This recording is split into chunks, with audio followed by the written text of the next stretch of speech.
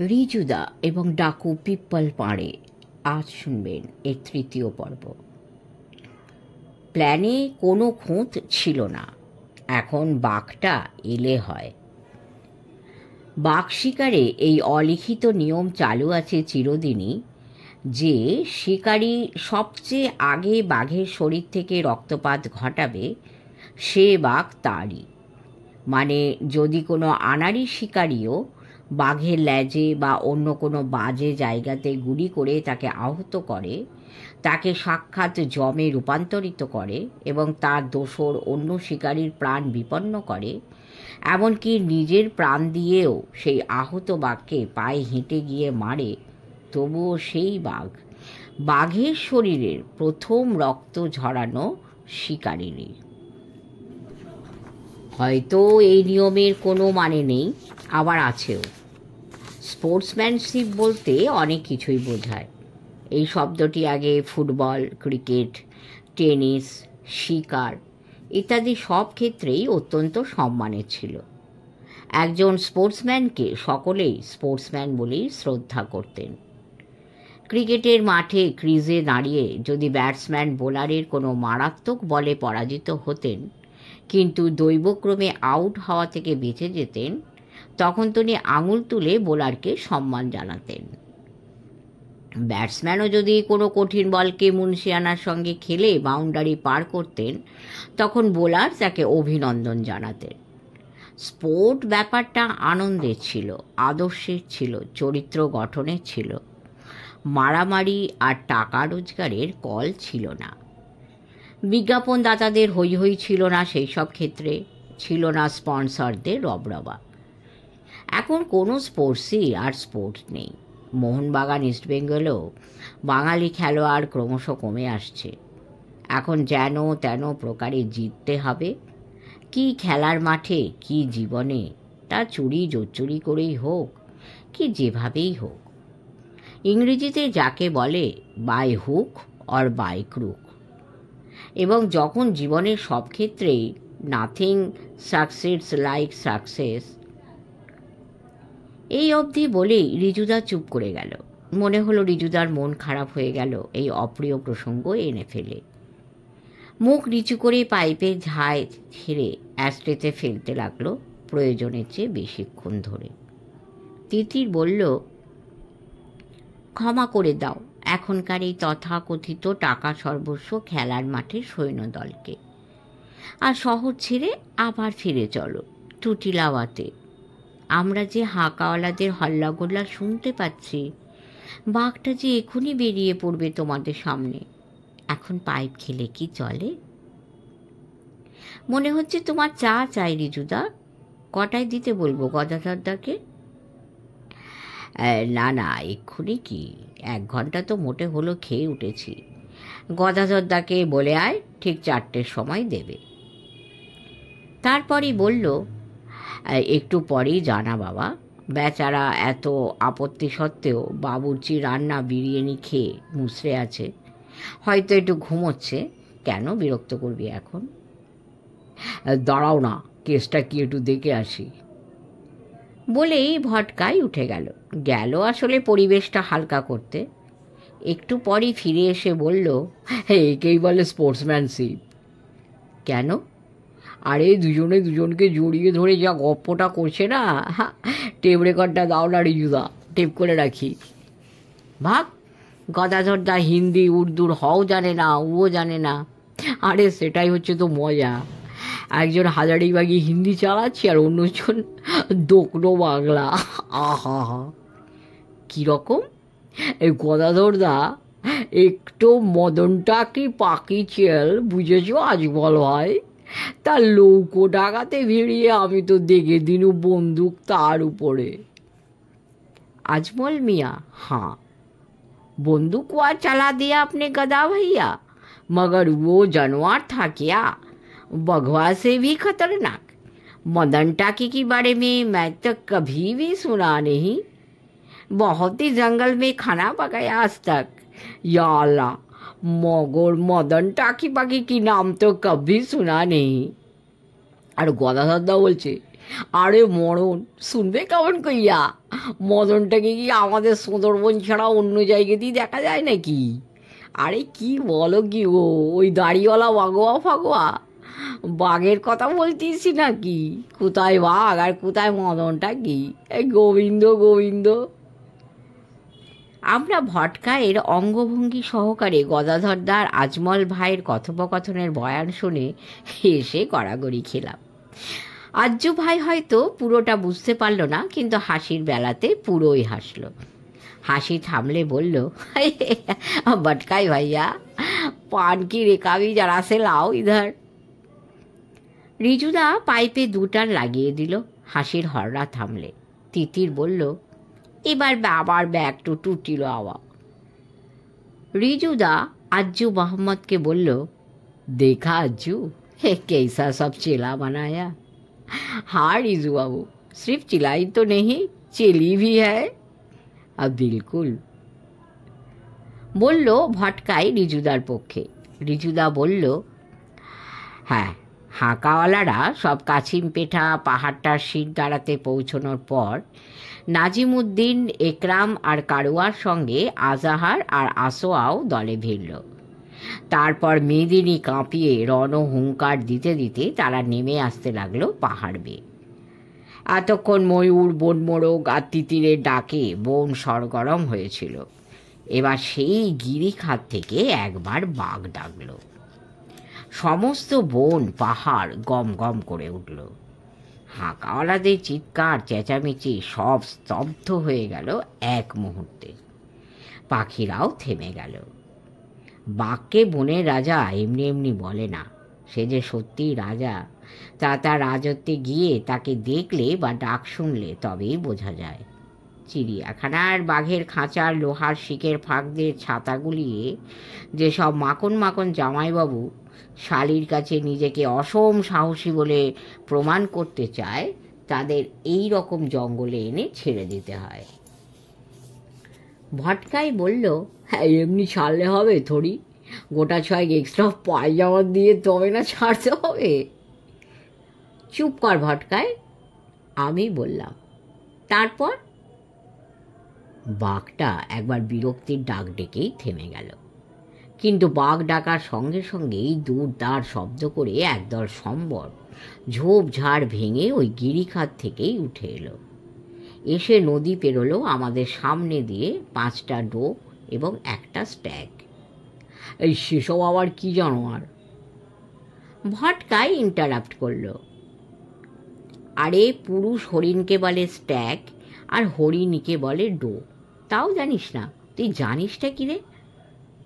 আমি বললাম, do a deer, ray a drop of golden sun. শোনোনি সাউন্ড অফ মিউজিকে? তিতির বলল, ইহা তো মনে পড়েছে, আমি খালি ভুইলা যাই সব। ভটকাই বলল, এই অ্যাপোলজেটিক্যালি সরি রিজুদা, বলো। স্ট্যাগটা আমার মাচার সামনে বেরোলো, কিন্তু বাঘ মারতে এসেছি তাই গুলি করলাম না। কেন? বাহ, গুলির শব্দ শুনে বাঘ সাবধান হয়ে যাবে না? ও তাই তো। সম্বরগুলোর পরে এক জোড়া মস্ত ভাল্লুক ধীরে সুস্থে বেরিয়ে এলো। ভাল্লুক বাঘকে কেয়ার করে না, গায়ে বাঘের মতো জোর সব ভালুকে না থাকলেও গোয়ার তুমিতে এরা কম যায় না। সাহসেরও অভাব নেই তাদের। বাঘও ওদের ঘাঁটায় না, যদি না বাঘের মারা পশুর মরির কাছে এসে ওরা ঝামেলা করে। যে ডাকটা বাঘ ডাকলো সেটা রাগের চিৎকার নয়, ব্যথার চিৎকারও নয়, শুধু বিরক্তিতে আমরা যেমন করে আ করে উঠি সেই আওয়াজ। তাতেই গোপাল যেদিকে বসেছিল সেই দিকের একটা মস্ত তেঁতুল গাছ থেকে গোটা 6 বাঁদর ভয় পেয়ে ধপা ধপ করে মাটিতে পড়ে গেল ডাল ছেড়ে হাত ফসকে। মাটিতে পড়েই পড়ি কি মরি করে দিক বিদিক জ্ঞান শূন্য হয়ে লাগালো দৌড়। দুটো তো বাঘ যেদিকে সেদিকেই দৌড়ে গেল অন্ধের মতো। এদিকে হাঁকাওয়ালাদের মিলিত চিৎকার আর আওয়াজে কান ফাটার উপক্রম হলো আমাদের। কিন্তু বাঘটা যেখানে সেখানে হাঁকাওয়ালারা নামতে পারবে না। আত্মহত্যা করার ইচ্ছে না থাকলে সেই ঘোরান্ধকর নিশ্ছিদ্র খাদে কোনো শিকারিও যাবে না। সেই খাদের অন্য কোনো মুখ যদি থেকে থাকে তবে বাঘ সেদিক দিয়ে বেরিয়ে চলেও যেতে পারে। আসলে নিজামুদ্দিন, একরাম আর বুধাই অথবা বাঘটাও এই অঞ্চল যত ভালো জানে, কুসুম্ভা থেকে আসা কারুয়া আর আসোয়া তত ভালো চেনে না। অথচ থাবার দাগ দেখে তার হদিশ করেছিল তারাই। মাচাগুলো যদি নিজামুদ্দিনের সঙ্গে পরামর্শ করে করা হতো এবং বাঘের রাহান সাহান আরও ভালো করে নজর করে 2-1 দিন পরে বাঁধা হতো তবে হয়তো ভালো হতো। কিন্তু ডাকু পিপ্পাল পাড়ে সব গোল পাকালো। সেও তো বাঘ। এই বাঘকে শিকার করার পরেই না সেই বাঘের পেছনে যাওয়া হবে বলে সিদ্ধান্ত নেওয়া হয়েছিল। এই সব ভাবছি, এমন সময় হঠাৎ বাঘ এসে নদীর অফ হোয়াইট বালি আর কালো পাথরের মাঝখানে তিত্তির করে বয়ে যাওয়া জলের সামনে দাঁড়ালো। বাঘের মতো বাঘ বটে। তাকে দেখে আমার অবস্থাও গাছ থেকে পড়ে যাওয়া বাঁদরের মতোই হলো। অত বড় বাঘ যে এখনো পৃথিবীতে আছে সে সম্বন্ধে কোনো ধারণাই ছিল না আমার। ক্যামেরাটা বাঁদিকে আর বন্দুকটাকে ডান দিকে রেখেছিলাম, কিন্তু বাঘকে দেখে এমনই বনে গেলাম যে না পারলাম বন্দুক ওঠাতে না ক্যামেরা। অথচ বাঘ আগে দেখিনি বা মারিনি তা তো নয়। বাঘটা দাঁড়িয়েছিল আমার আর নাজিম সাহেবের মাঝামাঝি জায়গায়। দুজনের মাচা থেকেই 30 গজের মতো দূরত্বে। গুলি করলে বা গুলি জায়গা মতো লাগলে বাঘ হয়তো ওখানেই পড়ে যেত। বাঘ মারার মতো কঠিন কাজ যেমন নেই তেমন সোজা কাজও নেই। সারা রাত শিশির পড়াতে গাছেদের পাতা তখনও ভিজে রয়েছে একটু একটু। সোনার মতো রোদ এসে পড়েছে সেই চকচকে পাতাদের গা থেকে পিছলে। হাজারিবাগ জেলার বাঘেদের গায়ের রং একটু পাটকিলে হয়। পাটকিলের ওপর কালো ডোরা, মুখের নিচে একটু দাড়ি মতো। রোদের মধ্যে তার কানের সাদা গোল দাগ দুটো আর মাথা আর চোখের নিচে সাদা অংশটা চমৎকার দেখাচ্ছে। বাঘটা জেনেছে যে কিছু লোক ঝামেলা করতে এসেছে, কিন্তু ও জানে না যে গাছের ওপরে পরপর 4 জন শিকারী বসে আছে এই সুন্দর সকালে তাকে মারবার জন্য, এবং তাকে যুদ্ধ করার বিন্দুমাত্র সুযোগ না দিয়ে। পায়ে দাঁড়িয়ে যদি আমরা তাকে মারতে চাইতাম তবেই না বোঝা যেত। পৃথিবীতে কোনো প্রাণী যে তারও বিপদ ঘটাতে পারে, এক বুনো কুকুরের দল ছাড়া বা তারও ভয় পেতে হবে এমন কোনো প্রাণী যে আছে আদৌ, এ কথা বাঘ ভাবতে পর্যন্ত পারে না।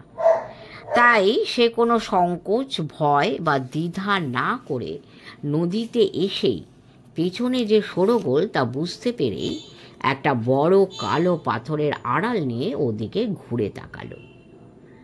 গোলমালটা এবার কাছে চলে এসেছে।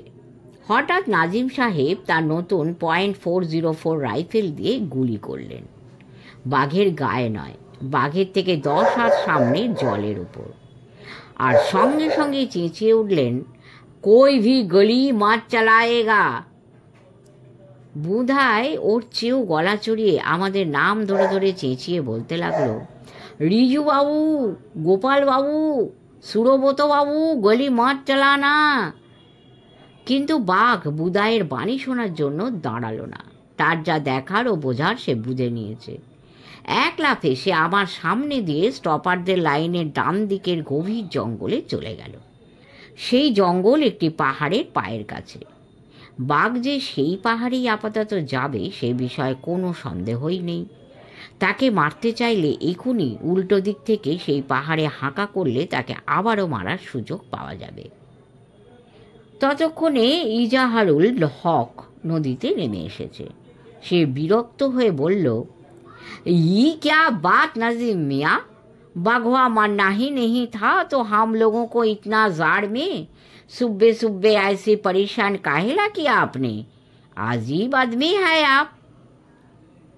ইজাহারের চেয়েও বেশি বিরক্ত হয়েছিল নিজামুদ্দিন, একরাম, কারুয়া আর আসোয়া। হাঁকাওয়ালারা খুশিই ছিল, কারণ অত বড় বাঘকে আহত করলে বাঘ যদি হাঁকাওয়ালাদের লাইন ভেঙে পেছনে চলে যেতে চাইতো, তবে তাদের মধ্যে একাধিক জন আহত হতেও মরেও যেতে পারত। বাঘ তো কোনো ট্রাফিক পুলিশের হাত মানে না। সে কখন যে কোন দিকে যাবে তা শুধু সে নিজেই জানে। মাচা থেকে আগে নাজিম সাহেব নামলেন, তারপর একে একে আমরা। সকলে একসঙ্গে হলে নাজিম সাহেব একটা গোল পাথরে বসে পকেট থেকে সিগারেট পাকানোর কাগজ বের করে পাকাতে লাগলেন। ক্যাপস্ট্যান্ড টব্যাকো কাগজে পাকিয়ে খেতেন উনি। সিগারেটটা পাকানো হলে লাইটার জেলে কুটুম করে আগুন দাঁড়ালেন। বাত ক্যা হ্যায়? বাঁ হাতে তিনখানা আঙুল নেড়ে গভীর বিরক্তির সঙ্গে বলল গোপাল। नाजिम साहेब बोलें, जी तो खुश हो गया ना बाघ दिखकर? क्या हुआ? हाँ, हुआ क्या नहीं? हाँ, वो तो हुआ, मगर फगर नहीं। शिकारी होकर दूसरा शिकारी को इज्जत देना चाहिए। ये शेर मारने के लिए नहीं था, सलाम करने के लिए था। हम लोगों ने सलाम बजाया। इंशाल्लाह उसकी उम्र 1000 साल बने। ये शेर हिंदुस्तान का घमंड है।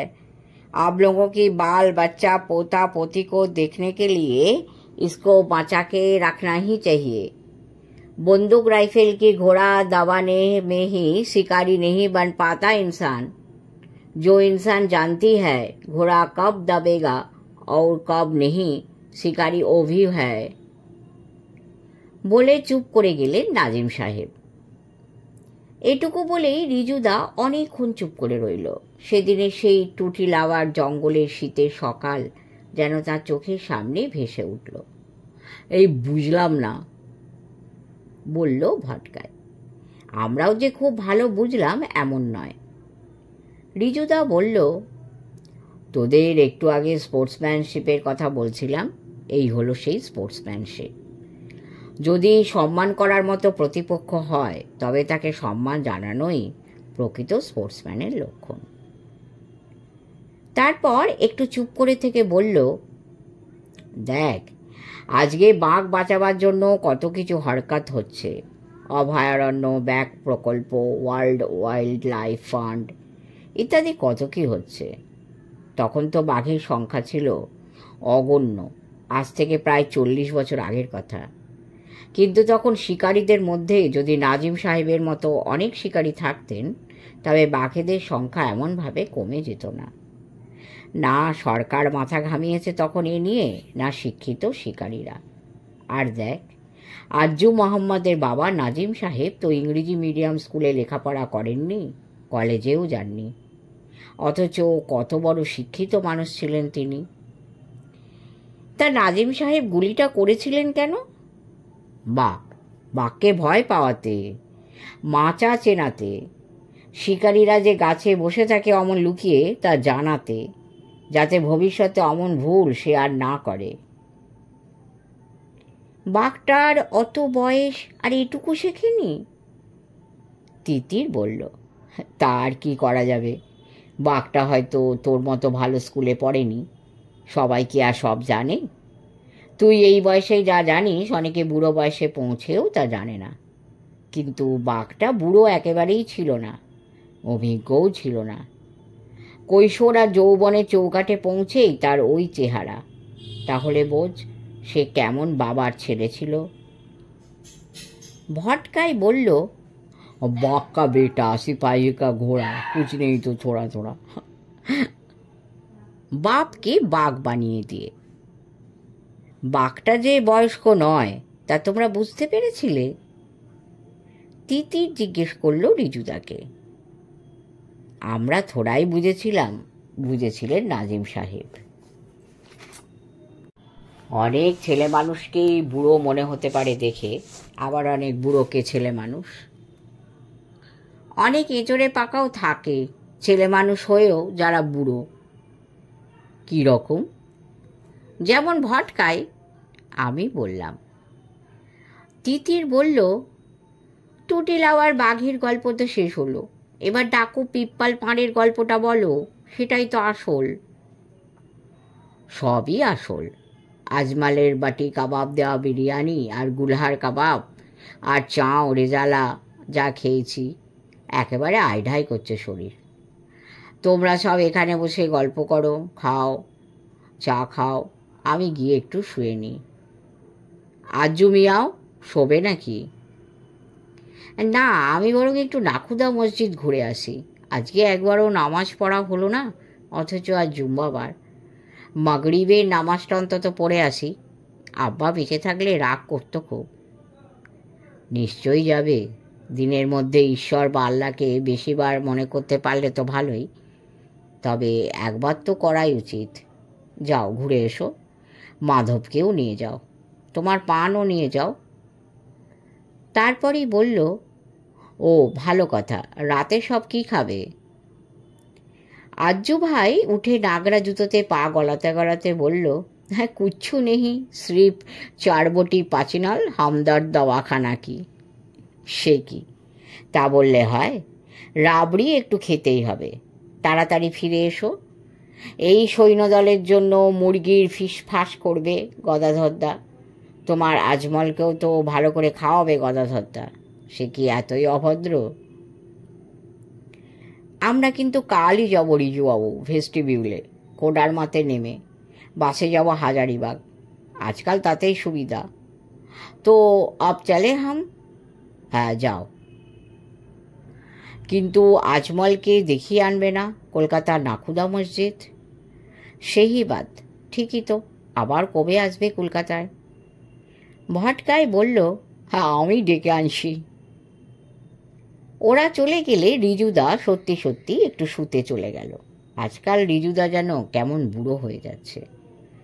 রিজুদা শুতে গেলে ভটকাই বলল, এই কান খুলে মন দিয়ে শোনো সংরাপুত্তনেরা, তোমরা আমার কথার মধ্যে একটাও কথা বলো না।